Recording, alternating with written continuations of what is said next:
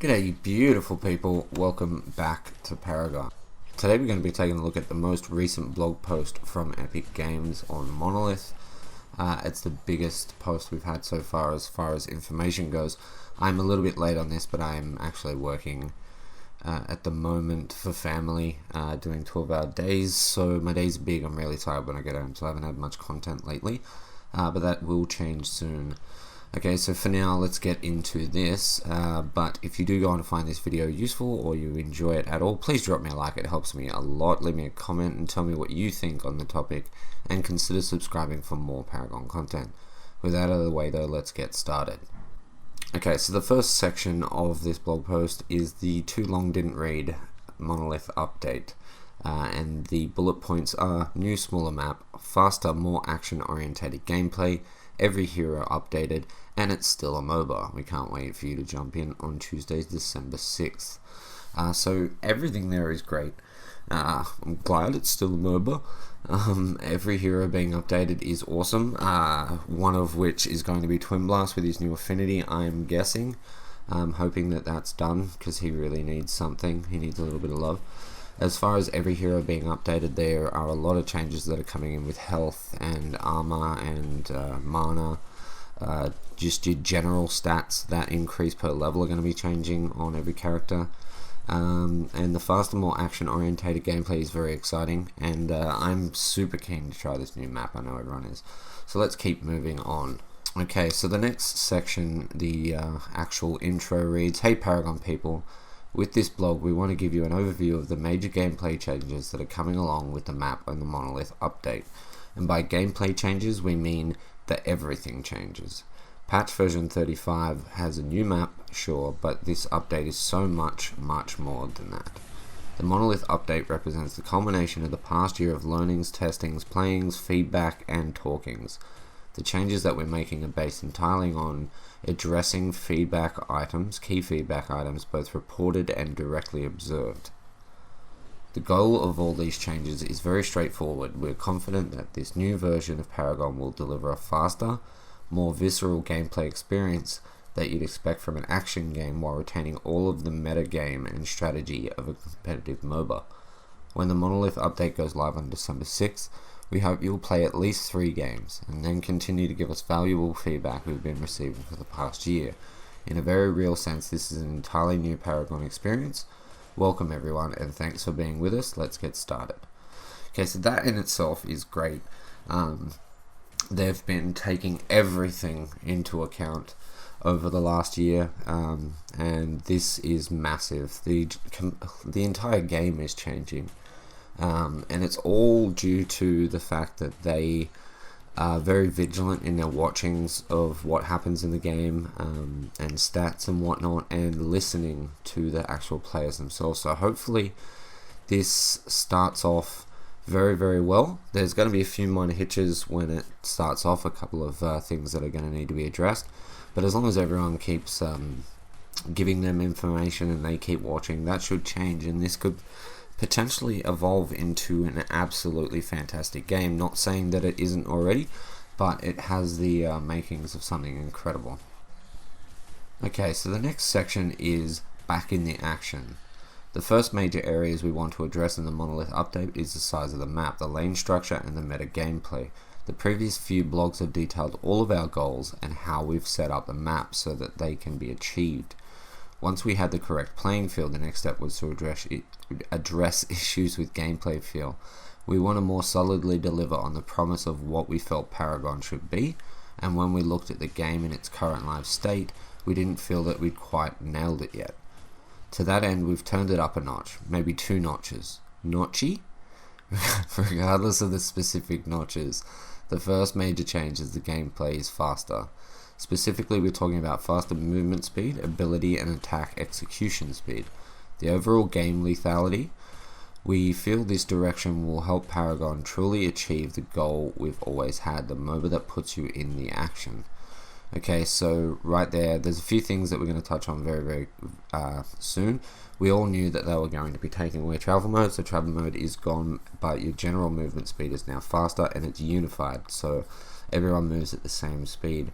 This means things like Deca or Narbash's speed boost abilities are going to be huge. Cards with speed boost abilities like Charging Brute are going to be huge.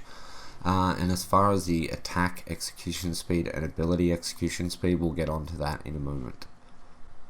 So the next section reads from here to there. The first part of our action pass involves player movement speed. We want players to feel that they can get around the map without travel mode, but we also want to ensure that we have one unified speed for the game. To that end, we've upped the speed a lot. Once mastered, the new faster move speeds will prove easier for players to understand in terms of which engagement ranges are safe and which are likely to land them with a free trip back to the core. All bonuses aside, the new speeds are certainly a change from where we're at in Legacy. It's going to take a few matches for many players to get the feel of things, so hang in there. So as we said, all about movement speed, and the next section is called It's Just Math. Delivering the desired gameplay experience discussed above can only be partially solved by movement speed. Attacking, using abilities, and combat all have to feel snappy and resolve quickly to get the full effect. To this end, we've changed the way damage, armor, health, and mana work. So much so in fact that the patch notes you'll eventually receive for Monolith update hero changes don't have any specific values for damage changes. We've chosen to omit these values because the scale in which they exist is now totally different, and we didn't want players to evaluate the changes out of context. Going forward, we'll be detailing all future variances as per usual. Now, what I'm assuming that they mean by this is that at the moment, all ranges have a 1.0 card scaling modifier, so that means that if you were to put 200 worth of damage on via cards, you will get 200 damage. Casters are at 0.4 and fighters are at 0.8, I believe. So for the same 200 damage, a fighter would get 160 damage and a caster would only get 80. The next section is damage control. So what kind of major damage and armor changes are we talking about? We've reworked damage types to allow you to better itemize armor against incoming damage. Primary attacks will now deal basic damage, while any activatable power will now deal ability damage. This is an important change that lets us get a much better handle on how ability focused heroes scale in relation to attacking heroes. This change carries over to armor and penetration, where basic armor will help defend against sustained primary attacks, and ability armor will help defend against incoming spells. The concept of physical and energy heroes has been removed, and all players will now equip cards with a unified power stat to increase their basic attacks and abilities. Players who buy power will see that stat build into a percentage of all their outgoing damage, regardless of whether the damage comes from their basic attacks or their abilities. Buying damage as Gideon will increase your abilities considerably with a small bump to your basic attacks, while buying damage as Murdoch will primarily increase your basic attacks. Down the road, we'll be looking at adding cards that might allow for increasing only ability damage or doing cool things to your basic attacks. Okay, so the way that seems is that first of all, physical and energy heroes are gone. Everyone just does power. Okay, so there is no more physical heroes and energy heroes. If you were to buy a card like Adamant Edge, okay, you'll be getting damage off that card. It won't be purely physical anymore or energy anymore. It'll just be power. Okay, so that will, if you are Murdoch, that will increase your basic attacks a lot, as you would expect it to, but it's not really going to do much to your abilities, because he's not based around ability power, whereas Gideon is a caster. So although it is putting a little bit into your standard damage, the majority of the power from the card actually goes to your abilities. So I think that's a really nice way to do things. As I said, we're not really going to know until we sort of get in there, have a few matches and test it all out, and potentially give them some feedback and get them to change it a little bit. The next section is titled Rip in Peace CDR. Not sure if that was the typo or if that's what they really wanted to go with, but that's fine. Let's go with Rest in Peace CDR. Cooldown reduction is no longer a stat that casually appears as a bonus stat on cards, nor is it one that can be slotted into cards via upgrades. The reason we've all but removed this stat is to help hit our gameplay goals of faster ability usage. We've dramatically reduced most of the cooldowns in the game. You can still find a little bit of it though as part of the complete effect for certain cards. For example, the extra effect on Mind Flow. How much? As an example, Gadget's Sticky Mine has dropped from a 15-second cooldown to an 8-second one, and Rampage's ultimate at level 3 has a brisk 40-second cooldown. As for the rest, we'll just have to wait and see. Okay, so partially I like this. So you will sort of, what it means by complete effect is that when you've fully upgraded a card and you get that extra bonus at the end, you can have cooldown reduction there. Okay, but everyone is getting their cooldowns dropped across the board. Not sure how I feel about having Gadget throw a Sticky Mine at me every 8 seconds or Rampage ulting every 40 seconds. It could work really, really well. There'll be very action-packed team fights, but it's I feel like a lot of CC characters like Steel are going to excel here because yes, people like Rampage are going to be ulting quicker, Dekka's going to be putting her cages up quicker, Sparrow's going to have her ult quicker and all of her abilities quicker. Everyone really will, but I feel like the CC characters are going to be very, very important because if you have a bunch of, say, 2 or 3 heroes that have really good CC and the other team doesn't, during that team fight there's very little chance that you're going to lose because you're going to be crowd controlling their heroes pretty much the whole time, especially if you're on comms with the people in your team and you're actually able to rotate all your abilities together and keep them stunned and locked down and keep them peeled. You should be doing very, very well, but we'll have, as it says, we'll have to wait and see how that works. The next section is Mana makes a comeback. Mana has long been a devout, a devalued attribute in Paragon, but that is going to change with Monolith. Part of the work around reducing most of the cooldowns is finding other ways to balance abilities. Some abilities with faster cooldowns will now be gated more by mana usage than time. This means it will be up to you to decide how to approach ability usage. Buy mana for more activations, or spend your points on fewer, more effective activations. So that's pretty decent, as well as the fact that we're actually going to be getting a little bit more mana on our heroes anyway, or most heroes anyway. So it kind of makes a few cards a lot better. Cards that give you a lot of mana as well as damage are going to be great. We may actually see Hydroverser being a little bit more useful. There's a lot of potential with that. So the next section is called But What About My Main? With all that was stated above, it should now hopefully come as no surprise that we've rebalanced every hero in the game, with an eye towards both faster speeds and faster kill times. Ranges for most abilities have been reduced, while timings of most activation animations have been sped up across the board. Movement speed buffs and slows have likewise all been adjusted to match the new movement speeds. Wait, you want an example? Here's an example of one ability's changelog with Greystone. Reforge, which is his ultimate. Damage type adjusted from physical to ability.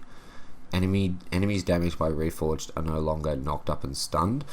So that's kind of seems like a nerf, but with the rest of it, it's actually not. When Greystone dies, all enemies around him are slowed. The slow is more powerful the closer they are to the place he died. So the person that gets the killing blow is more likely now to actually be hit by his ultimate, because it's a very, very rare occasion at the moment where anyone gets hit by Greystone's ultimate, and it's so easy to get outside that range.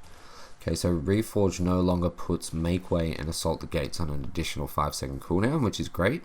And the cooldown is reduced from 240, 180, and 120, so that's 240 seconds, 180 seconds, and 120 seconds, down to 180, 130, and 80. So he will have an extra life every 80 seconds. That's a minute and 20 seconds. That is huge. The above is presented with the usual caveat. We're still balancing for release on December 6th, and of course we'll continue the job going forward into infinity, so you'll have to see the full list when it's ready. It's going to be a wild ride. Okay, so the next section is called Talking About Practice. Something that we've struggled with over the past year is the way we talk about heroes and their place in Agora. As we move forward, we want to get away from the 3-tier classification of Ranger, Caster, Fighter, and we've all been using to categorize heroes up until now. While it served us getting here, it's never been a wholly accurate or fair way of evaluating them.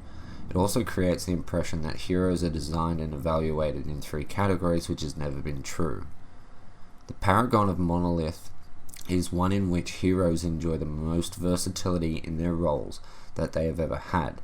In order to better reflect that, we want to change the language we use to discuss them going forward. It is in this vein that we're introducing a new verbiage we're calling hero traits. Each hero will have a series of traits that describes types of gameplay that the hero possesses in varying degrees. This isn't a hard and fast rule, but more of a guideline. Traits will be presented in order of how relevant we feel they are to the hero, though it isn't the final word on what the hero can do. For example, if a hero is great at using accumulated card power, we call that hero a marauder. So I'm assuming that Murdoch might be a marauder. However, that doesn't mean that a non-marauder hero couldn't excel in the carry role given the right team comp and the laning setup. Wild heroes will excel in the jungle, but that doesn't mean that a world can't exist in which a non-wild hero does well there. So that, for an example, Rampage, I'm assuming, would be a wild hero, but that doesn't mean that Crunch can't do well in the jungle. I would assume that he would not be a wild hero. That he would have, considering his high ability usage, he would have something more akin to what sort of like Gideon would have, or Gadget, as their traits. The main goal of traits is to assist the community in looking at heroes the same way we do in design. Each hero is unique and brings a special blend of skills to the battlefield of Agora. In this way, some will show aptitude at different playstyles, which we will attempt to highlight to let you find the kinds of heroes that play the way you want. There are quite a few traits, and it would make this blog super long to detail them all here, so expect us to do that in a week. For a sneak peek, here is a look at Gideon. Gideon, ranged, burst, assassin, elusive, sieger. Okay, so that's handy. It's nothing to what's the word? It's not too game changing, really. It just helps you to sort of understand at a glance at what you should be striving for when building or playing these characters. But it's good. It gets us away from being in a draft lobby and just, Ranger and what lane, or like what lane and support. Okay, so you do actually have your dedicated sort of traits to that character of what they actually stand for. Also, as they said, they're going to be going over that in a week, so it's going to be actually pretty cool seeing what they actually class everyone as, because there have been a few issues in the past where Kalari, for example, we all thought that Kalari was a jungler, and then it ended up turning out that she was actually designed to be a mid laner or an off laner. The next section is called I See You. Lastly, we want to detail some of the vision changes that are coming. Vision is a huge part of any MOBA, and Paragon is no exception. We've made some significant changes to how we handle vision in the game, with more to come. First off, since there are no longer any shadow pads, players won't be able to find shadow wards without the ability to enter the shadow plane themselves, like Kalari. Additionally, shadow wards can now deploy instantly, allowing quick vision sweeps. You will need your own shadow wards to remove enemy shadow wards. Finally, wards themselves have gotten a gameplay update. They now are subject to the same line of sight restrictions that heroes are, while also having a new cooldown charge system. This will mean that wards once placed are more valuable, and that warding must be done in a more thoughtful, considerate manner, since the field can't be filled with wards willy-nilly anymore. Okay, so that's pretty cool. I'm not sure actually what they mean by a cooldown charge system, whether that's, you can only, if you have 2 or 3 wards on a card, you can only put one down in a certain amount of time, or once one has died, you can put another one down. You can't have 2 down at the same time. Not really sure how that works just yet. But as far as the vision restrictions on the wards themselves, I actually think that's really good. So if you were to take warding prime, for example, no more can you just place a ward down anywhere. If you wanted to actually get the best use out of it, you would have to place it facing the Prime Guardian, because then once they get in there, you can consistently see them actually at Prime. If you were to just ward towards the section of the jungle they would enter through, if you missed them, if you missed the ping and didn't see them on the minimap go in there, once they actually got in there, they would be invisible again. So I actually think that's a really good way to go about it. Now when you're on, say, right lane, you actually have to think about where you put your wards. It's not just a matter of, okay, this spot will cover every entry point. Now you've got to put a ward down that covers an entry point by looking at it, and then consider what other entry points you need to cover. So the next section is called Minions in the Mist. Beyond just the changes to wards, you might have noticed that I casually mentioned no shadow pads up there. It's true, shadow pads are a thing of the past. The original design intent behind shadow pads was to give good line of sight breaking that wasn't built around actual line of sight breaking. Many other MOBAs employ this mechanic in several ways, and all of them hail from the glory days of old when the term was called fog of war. Essentially, we wanted shadow pads to give us the same impact that imperfect knowledge of the battlefield gives in the more traditional top-down isometric view. However, what we got instead was a bit inconsistent and not really super awesome. So what do we do instead? You'll notice fog walls all throughout Monolith. They are quite literally walls of fog that obscure your sight. It's impossible to see enemies through them, and they'll block line of sight for both heroes and wards. The gameplay we've seen out of these fog walls has been exactly what we were hoping for all along. They make going into and out of the jungle a more surprising event, and they help create the laning experience we're looking to deliver. The next section is the end of the post. That's classed as "But I Want It Now." Alas, there are still a few days left before you'll be able to experience Monolith. However, we're incredibly excited for you to play and get your first impressions. With all the math, speed, vision, damage types, and mana changes, it's a brave new world out there in Agora. Remember, the role you pick for a hero is going to be important in how you build them and how you play them. Many heroes can fill multiple roles. Don't be afraid to experiment, and certainly don't be afraid to let your teammates do the same. Try playing at least 3 games, and please keep sending in your valuable feedback. We read it. As always, thank you for supporting in helping us shape the game. Together we're making something super awesome. Cameron Winston, lead hero designer. Okay, so that's everything in the post. So far, everything looks really exciting. I'm actually happy with everything. There's a few things that I'm not too sure about. Mostly just the cooldown reductions. Everything else looks great. But as I said, we'll have to wait till it drops and have a good play around with it to see what the deal is. Once that happens, I'll be doing build guides for every single character, actual gameplay guides for each character as well, proper hero guides, to let people know how I feel you should actually play them. Who knows, maybe my idea for a guide on Twin Blast would not be to tell you to never take his ultimate until you're forced to. Hopefully he ends up alright. But that's the blog post, guys. I'm pretty happy with it. Let me know down below what you think about it. Drop me a like if you found this video useful or enjoyed it whatsoever. And as I said, please subscribe for more Paragon content. I love your face, and I'll catch you in the next one. Peace.